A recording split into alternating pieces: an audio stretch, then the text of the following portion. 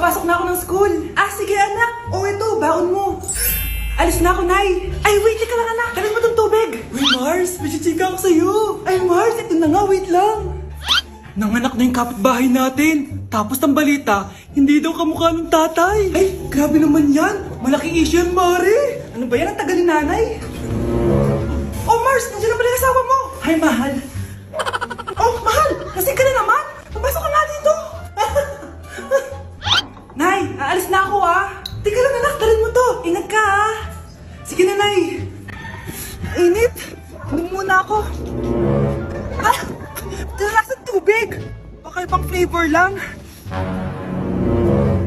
A few moments later. Kyle, bakit ngayon ka lang? Late ka na. Good morning, classmates. Hi, ma'am. Ang ganda mo naman. Ano pinagsasabi mo? Lasing ka ba? Ako? Lasing? Baliw ka na ata eh.